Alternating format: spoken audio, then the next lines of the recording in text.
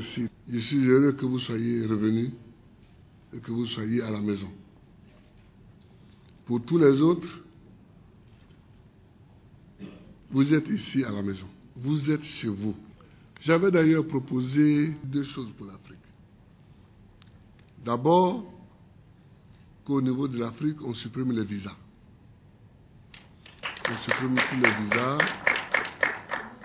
Et c'est dans le dernier ouvrage que j'ai écrit. Parce que nous ne pouvons pas nous plaindre que l'Europe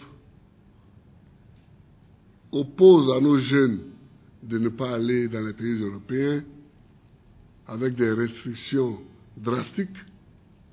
Et puis nous-mêmes, entre nous, quand des jeunes ou des moins jeunes veulent venir dans un pays un peu prospère, on met des barrières. Je pense que ce n'est pas normal. C'est dans ce sens que j'ai supprimé la carte de séjour pour tous ceux qui sont de la CEDEAO en Côte d'Ivoire. J'ai supprimé parce que nous avons des traités de libre circulation, nous proclamons toujours des pays frères. Quand un chef d'État écrit à un autre chef d'État africain et dit « Monsieur le Président et cher frère », mais ça a un sens. Donc, j'ai supprimé les cartes de séjour ici pour montrer que nous sommes un et que nous devons circuler librement et que nous pouvons nous installer librement. Deuxièmement, au niveau du financement, l'Afrique est riche. Nous n'avons pas encore transformé tous nos produits, mais nous avons la matière première. J'ai proposé que nous créions un fonds de développement en Afrique en prélevant sur les matières premières de chaque pays. Le pétrole, le gaz, le diamant, l'uranium, le cacao, le café, le bois.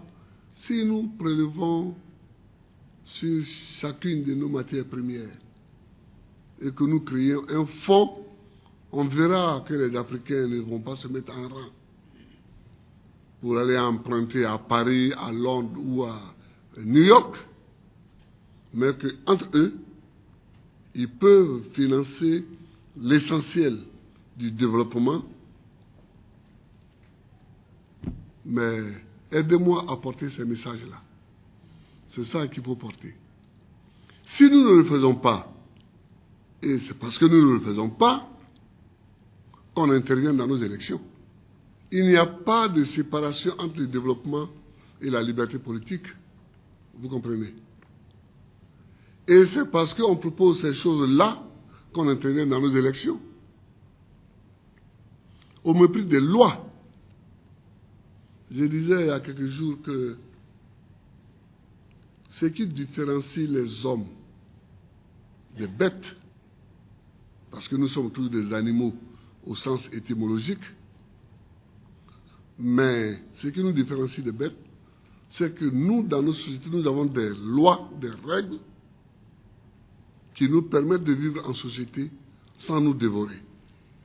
Une fois que nous dérapons sur les lois, nous tombons dans la sauvagerie, dans la barbarie. Donc il faut faire en sorte que nous respections les lois que nous nous sommes librement données. Si nous ne respectons pas ces lois, c'est la porte ouverte pour que tous les loups affamés de l'extérieur s'engouffrent dans la maison. Si les loups s'engouffrent dans une bergerie, qu'est-ce qui se passe? C'est d'abord les agneaux qui sont mangés, ensuite les brebis, et ensuite les taureaux, etc. C'est petit à petit qu'on est mangé. Et il faut passer le message au chef d'État africain pour dire, il y en a qui regardent un chef d'État aux prises avec des forces étrangères et ils rient. Mais il faut leur dire que c'est comme ça qu'on a colonisé l'Afrique.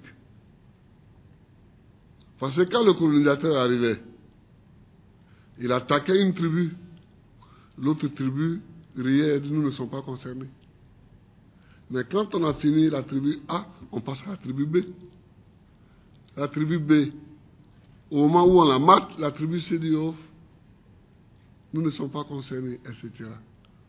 Donc ce qui arrive à Gbagbo arrive potentiellement à tous les chefs d'État africains.